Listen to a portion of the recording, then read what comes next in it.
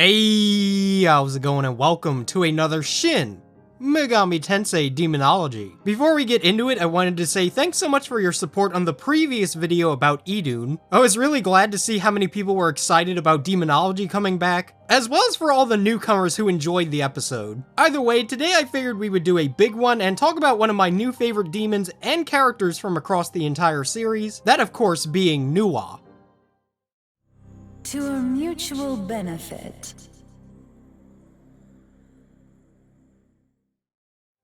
Nuwa is a mother goddess from Chinese mythology and is a very substantial figure in China's creation mythos. Her name is comprised of two Chinese characters, Nu, meaning woman or female, and the character Wa, which is wholly unique to her name. She is physically described as being half woman, half serpent, and is the child of the goddess Huazhu and the thunder god Lei Gong. She is also married to her brother and fellow god Fuxi, who is responsible for several inventions such as riding, animal domestication, and fishing. Nuwa was also considered to be one of the three sovereigns, a group of gods who ruled over China in ancient times, with the other two being her brother Fuxi and Shennong, who was the inventor of agriculture. According to Chinese myth, Nuwa is in fact the progenitor of humanity. Although the earth was lush with plants, water, mountains, and in some versions even animals, Nuwa could not help but feel as if there was something missing. Despite the earth's beauty, she was lonely. While walking alongside a river, she gazed upon her reflection in the water and came up with an idea. She began to fashion the yellow clay she found alongside the riverbank into shapes similar to her own. These clay figures sprang to life and began to dance, giving rise to the first humans. Nuwa created many more of these humans until she grew tired,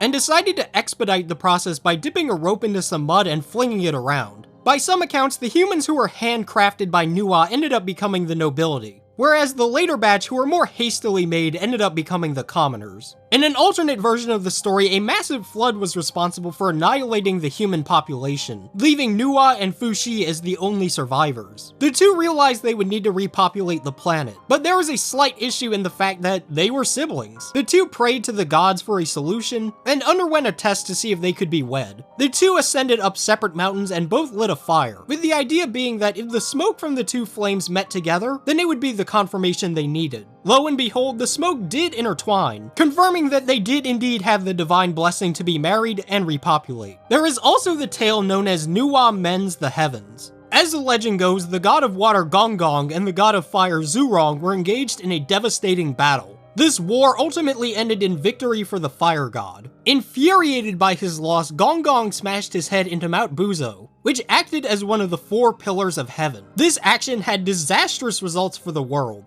Chunks of the sky fell apart, the Earth's lands cracked and shifted, and massive wildfires erupted throughout the world. Water poured endlessly from the crack in the sky, and it was only a matter of time before the entire world was in ruins. Nuwa acted quickly to repair the pillar and save the world. To do this, she collected 5 stones which were colored red, blue, yellow, and black, and melted them all together to mend the sky. Although the sky was fixed, the pillar itself was still in shambles. In order to fashion a new pillar, she killed a giant turtle known as Ao, and used his legs as the basis for the new pillar. Despite her best efforts, the odd shape of the turtle's legs made the sky tilt ever so slightly, but beyond that minor issue, the world was once again at peace. Although Nuwa did make minor appearances in games prior to Shin Megami Tensei V, this is the first game where she was given a unique design as well as artwork. I think Nuwa looks absolutely awesome, one of my new favorite demon designs for sure. Starting from the top, her headpiece resembles a fengguan, a type of traditional Chinese headdress worn by noblewomen, brides, and empresses. It features imagery of flowers and snakes, with one in particular going down the length of her headpiece to her face. Her earrings also have a serpentine appearance, and likewise her eyes have a stilted look similar to a snake's eye, but this is a lot easier to make out in the game itself.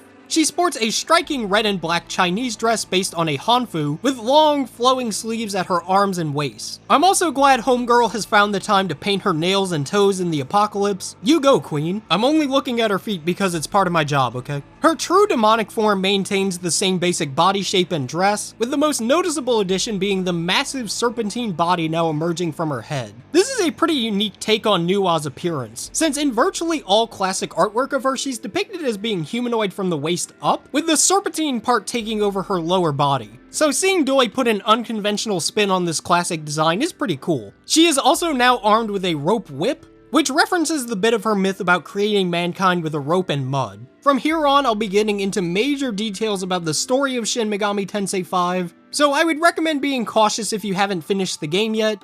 You have been warned.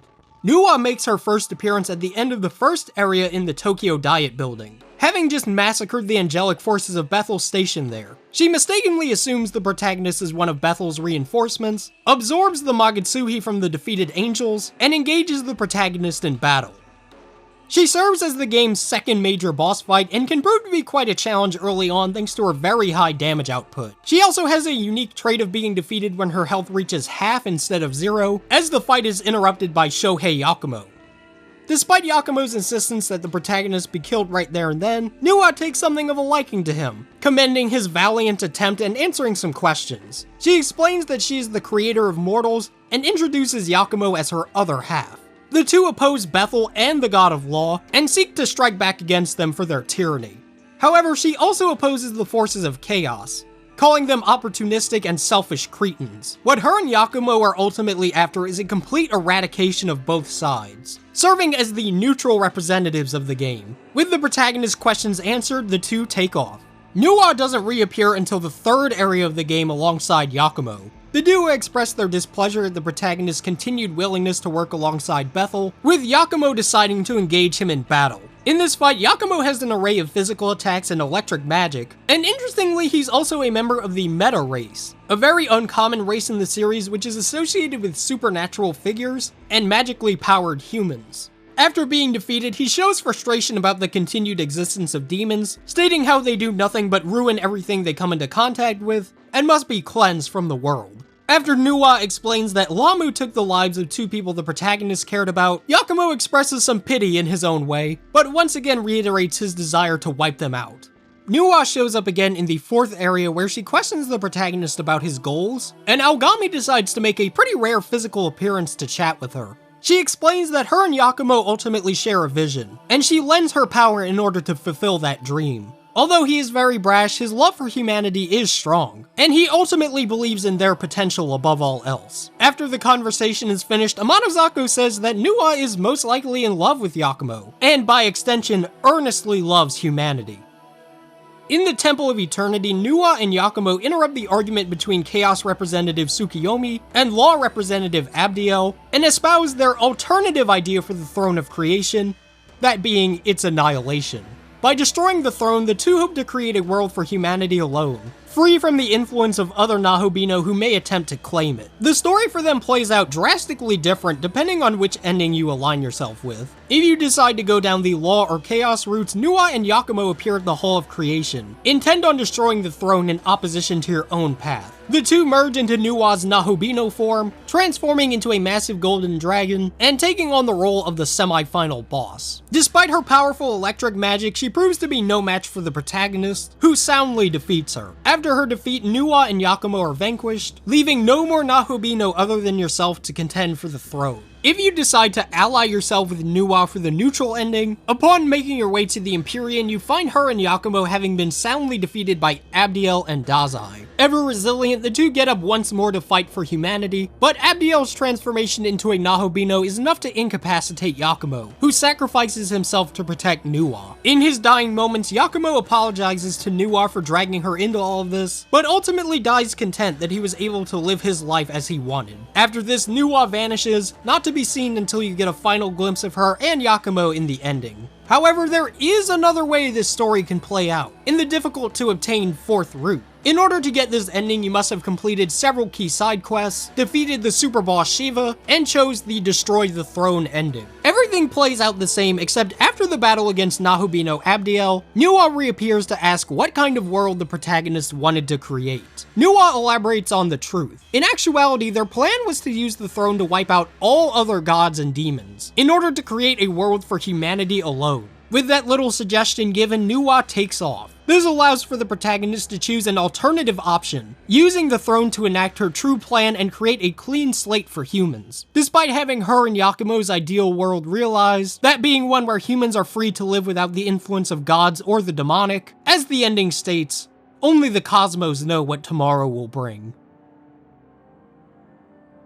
Nuwa did appear in the series prior to SMT V, but only in Last Bible 3 and Rond, neither of which are games I have ever played. In these games, she had ice and healing spells and was a member of the dragon race, and that's pretty much it. In Shin Megami Tensei 5, she is a New Game Plus exclusive demon with 2 different forms, and both become unlocked for fusion after getting any ending. Both forms are members of the Lady race, and her first and more humanoid form is a level 80 demon who can be obtained with a special fusion of Huanglong, Arahabaki, and Quetzalcoatl. This form of Nuwa is a well-rounded demon with a slight focus on magic, boasting positive potential with physical, wind, and healing, but has a negative potential with fire. She possesses the unique skill Dancing Strike, which does 3 medium physical attacks and has a high crit rate. This is one of my favorite unique skills in the game. I really like it a lot for reasons. Plus, seeing her whip out some martial arts is really cool. However, Nuwa has an even more powerful form that you can obtain. This version is available for fusion at level 89 and requires 3 other snake demons as well as the original Nuwa, those being Hydra,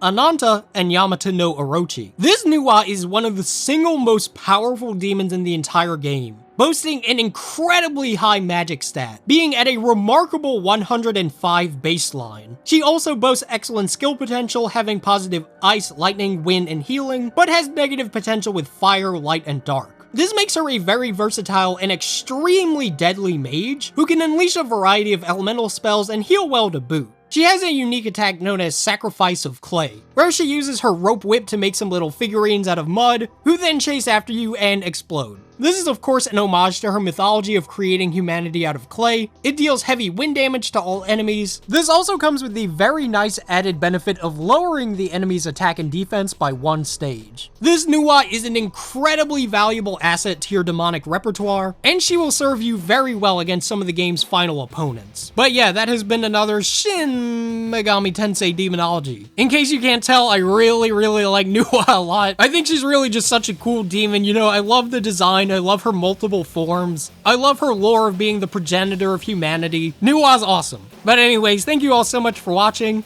I'll see you guys next time.